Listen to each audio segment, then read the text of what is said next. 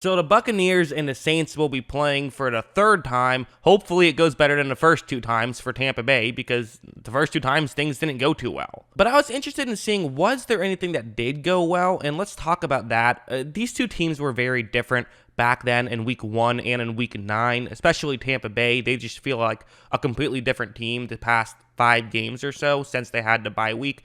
But yeah, let's just get into it. So we'll start off with this play. What's going to happen on this one is that it's going to be zone coverage that the New Orleans Saints are in. This is actually Tom Brady's first passing touchdown for the Tampa Bay Buccaneers. And the way it works is that Godwin is running a route that's going to get over the middle. And the hope here is that the cornerback who's in charge of covering deep to Brady's left, he's going to follow Godwin over the middle of the field. You then have O.J. Howard kind of run and get to that area, and hopefully he'll get open. Watch. Brady takes the snap. He runs a play action, and you see that this is working out. The defensive back is kind of running over the middle, and this is the good thing and the bad thing about New Orleans. This is something that they like to do, but it can have its downsides, is they like to play aggressive. They like to have their guys. Don't be afraid to move out of your zone, and a lot of teams do this in cover 3, but the Saints are even more extreme than your average team at this kind of thing. They're comfortable with playing aggressive and getting beat every now and then, because more often than not, it's going to result in a positive play than a negative one. But Tom Brady makes the throw to a wide open O.J. Howard, who will not be playing. He's been hurt for basically all season.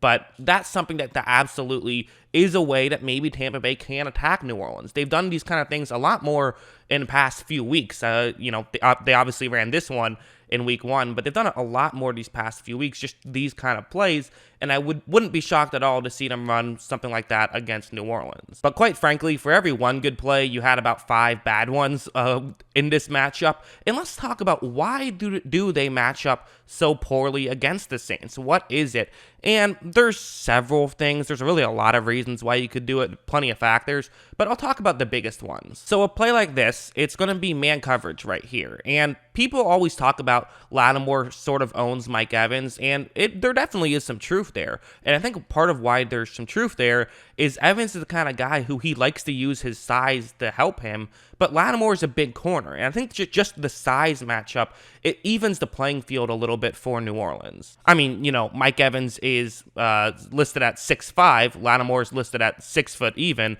but still, for a corner, that's actually pretty tall. Evans and Lattimore are lined up on the bottom of the screen. Evans is running an out route, but the safety is going to cheat over there. So if it is a go route, they're not really in trouble. And if it's something else, New Orleans trusts that while Evans is fine at, like a slant or something, they trust that Lattimore, he can hold his own in that matchup.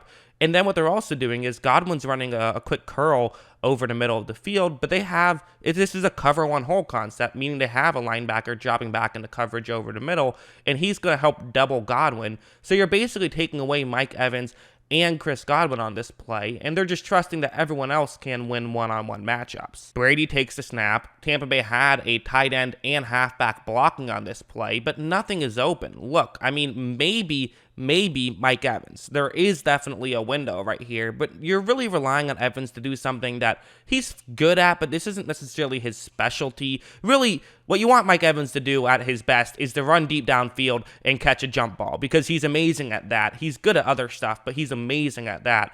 And New Orleans is at least taking that away. They're also double-teaming Godwin. You can't throw it to him. And Scotty Miller is not able to get open in a one-on-one matchup. Granted, this throw still misses, and I kind of wonder if they were just not on the same page to some degree. They might have thought that Evans was going to cut a little bit earlier.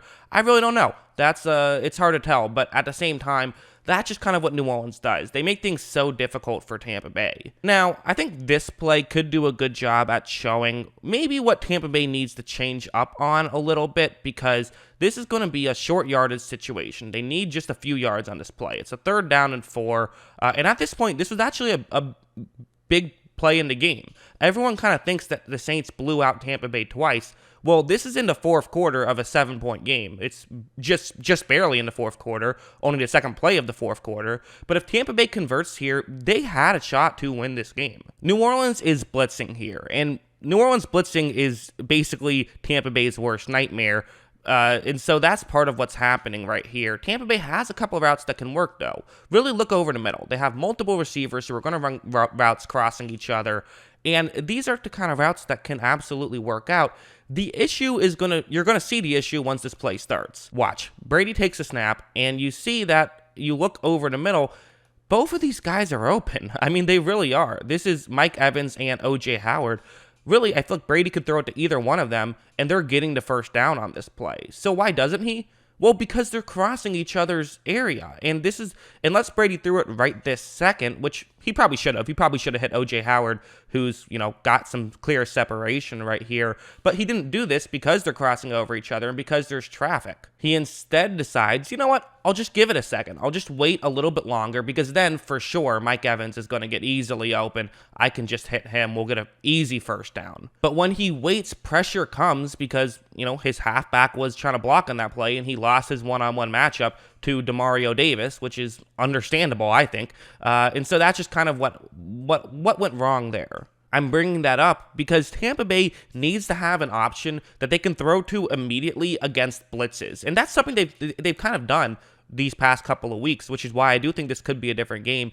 Because honestly, New Orleans had so much success blitzing Tampa Bay. It was especially prevalent the second time they played because in that game, Ali Marpet was injured, who's Tampa Bay's maybe their best offensive lineman. He's their left guard. He's a really good player. And him getting hurt, they had Joe Hag come in, who did not play well. He was, quite frankly, a mess out there. And you can tell because now when they have their right guard who went down, Hag didn't come in. So he's lost ground in the depth chart, and he didn't play the next week when Marpet wasn't there either. But what New Orleans did was something like this, where you don't even have to blitz. Blitzing helps because that guarantees that it's going to be a one-on-one matchup. But they're not blitzing on this play. But what they are doing is they're making sure they have three defensive linemen who are over to Tampa Bay's left, which is to the right of the screen. And now you have a one-on-one matchup against Tampa Bay's worst offensive lineman. And that makes sense. You don't need to get pressure from everyone. You just need to get pressure from one guy to create the pressure on Brady. And watch, as you see this works out, and they are going to be able to, he wins his one-on-one matchup, create some pressure on Brady. I'm not sure if that actually affected that play. It might have. But at the same time, I just think that that's something that they were able to do so much throughout the course of the game was blitz and create one-on-one matchups for Tampa Bay's worst offensive linemen.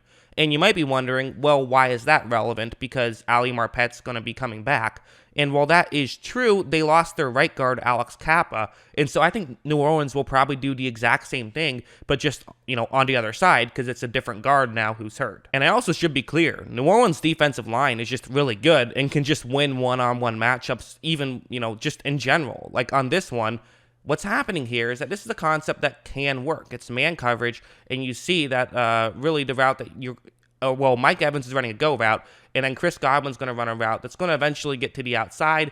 That's the route that Brady wants to hit. It might take a bit of time here to work, but for Tampa Bay, they're not too concerned. They have a tight end who will be blocking to Brady's left, but the problem is that you now have Cam Jordan with a one-on-one matchup, and Tampa Bay saying, who cares? We have Tristan Wirfs, but Tristan Wirfs isn't a god, even if he is a really good right tackle. Watch, Brady takes a snap, and eventually Godwin's going to start to get open right here, but also there's pressure right now, and Cam Jordan's doing a great job of winning his one-on-one matchup, even though it's a matchup Tampa Bay kind of feels like that's one of their better options, and it's still not great.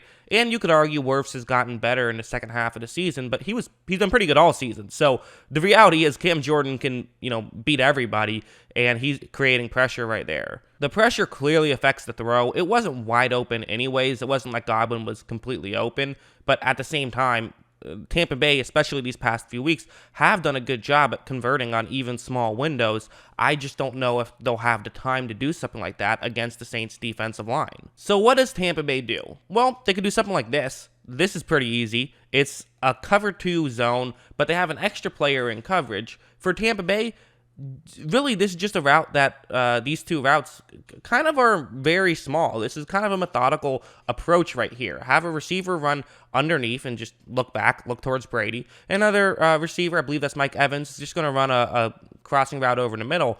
That's what they're trying to do here, but this can work out. Watch, Brady takes a snap, and you see that you look over, and obviously, it's open. It's not open down the field, but it is open. And honestly, this is fine. Just take the 5 yards right here. Who knows? You're throwing it to Ronald Jones. Maybe he could make a move and pick up more yards. But things like this are really going to be key, I think. People keep talking about Tampa Bay needs to throw more short passes. I don't think that's necessarily true in a vacuum. It's especially true against New Orleans, who's going to want to blitz, who's going to get pressure quickly, get the ball out quickly, and get the ball to someone like Ronald Jones, who can make a move in open space. Jones is going to make the grab and, pick up the 5 yards. Worth mentioning, this was on a 2nd down and 20, so obviously New Orleans was fine with giving that up. But still, I just think in general, this is something that can work. Also, something like this, I think, is worth mentioning. It could come into play. It's going to be a cover 2 zone blitz right here that the Saints are in. But what's really interesting about it is the way that the Saints are going to go about attacking Tampa Bay's offense on this one. Watch. So the blitz is going to get picked up nicely by Tampa Bay, and you notice both safeties are taking away Tampa Bay's 2 best receivers, at least that was the thought, because this was Antonio Brown's first game with Tampa Bay. You look over the middle of the field, first, Gronkowski, who's closer to the top of the screen, he was running a deep route already, and honestly, New Orleans kind of just let him get further deep. You also have Antonio Brown, who his route wasn't even supposed to be deep. He just noticed, hey, both safeties are taking away Godwin and Evans. I'm going to run deep. Maybe he'll throw it to me and we'll get a touchdown. So that's just good awareness by Brown. They both get deep, and Brady is going to just miss this throw by inches. I mean, that was very close. And Gronkowski got slowed down a little bit, so maybe that was a factor as well. They nearly converted on that, and obviously that was a huge blow in that game because it was also 4th down. But if this happens in, the playoffs, well, hey, if you can make that throw, that can be a huge thing to do. Get some chunk plays and score that way. Let's be honest, Tampa Bay's defense isn't exactly elite, and I do think that Tampa Bay is going to have to score some points. So if you can get those big chunk plays, that could go a long way. One thing we have to bring up is on this play, this is just one of the many examples. Really, Tampa Bay had no clue what they were doing these first few weeks, and I still think in week 9, they didn't know what they're doing. I think in week 12, they were still trying to figure out exactly what they were doing. The bye week, I do think they've been better. Still the occasional miscommunication in here and there, but it's a lot better. And this is just one of the many examples. It's going to be zone coverage that New Orleans is in, and Brown, he's running a go route here, or at least that's what Brady thinks. Brady takes a snap, and he's going to throw it in that direction. The issue, look at how Brown stopped right there. And you look down the field, there is a small window, but a window where Brown could have maybe been able to make the grab had he kept running and had he realized what route he was supposed to run, but he just wasn't able to do that here. Without Brown to try and make the grab, it ends up being an easy interception. Good tackle from Antonio Brown, but the reality is that's just them not being on the same page. And it happened a lot early on in the season, especially against New Orleans. There was an interception in the first game, and there was an interception in the second game. This one, obviously, that were the direct result of just miscommunications. And there were double-digit missed routes that I could count watching these first 2 games. I'm sure there were many that I just didn't notice because obviously I'm not reading the playbook as I'm watching it, so I can only notice the obvious ones. But in a weird way, I almost think that's optimistic for Tampa Bay because I think that Tampa Bay is not going to make those types of mistakes again. I think that Tampa Bay might make 1 or 2, but I really think that they'll be much better.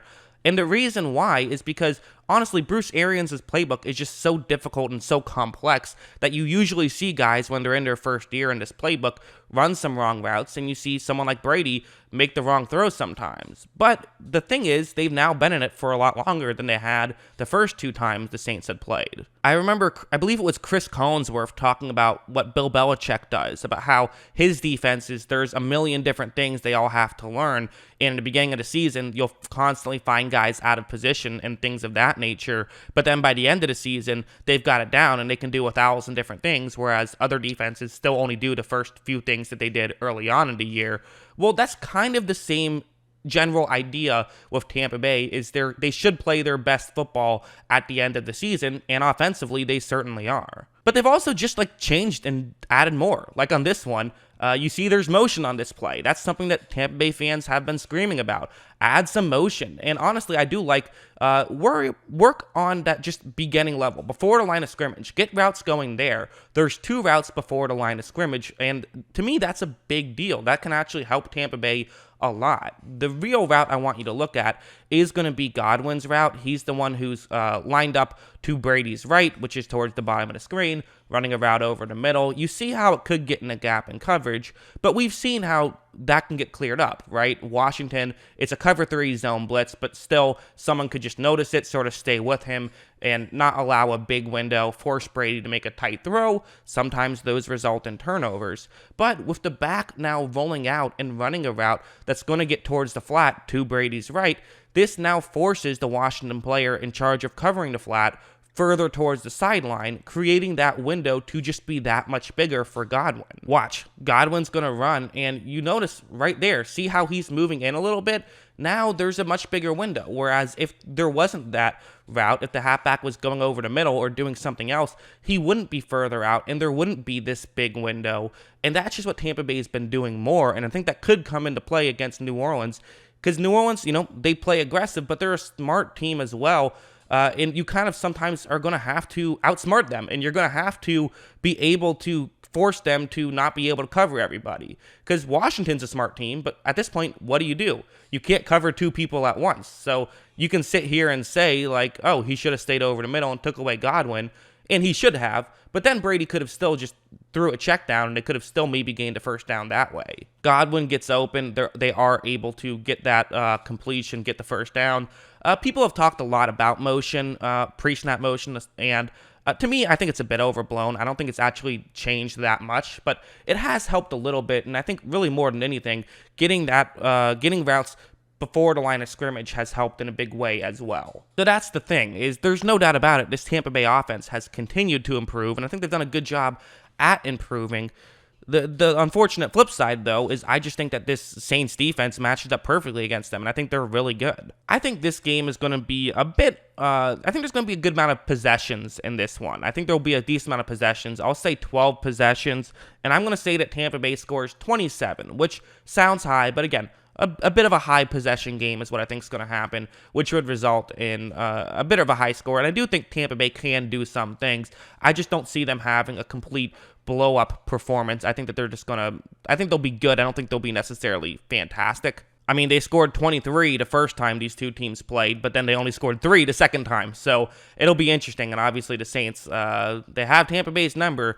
And one of the things I also want to bring up is there's this narrative that it's really hard to beat a team 3 times in one season, and that is true, but it's much easier to do it when you've already beat them the first 2 times. So I do think that this is something that New Orleans is clearly the favorites. I believe the team's record when they have won the first 2 times the team has played, and then they're playing that team for a 3rd time, their record is 14-8. So almost 2/3 of the time. That's pretty good. But it's also definitely possible, especially with the way Tampa Bay has been playing, especially offensively. But they might need a couple turnovers to make it happen. But who knows? I still haven't given my prediction yet. I'm going to do that in my next video when I talk about the Saints offense against the Bucs defense. And I think that's really what this game's probably going to come down to. So make sure you watch it. Hit subscribe. Check out that one. I hope you guys enjoyed this video. And of course, as always, thanks for watching.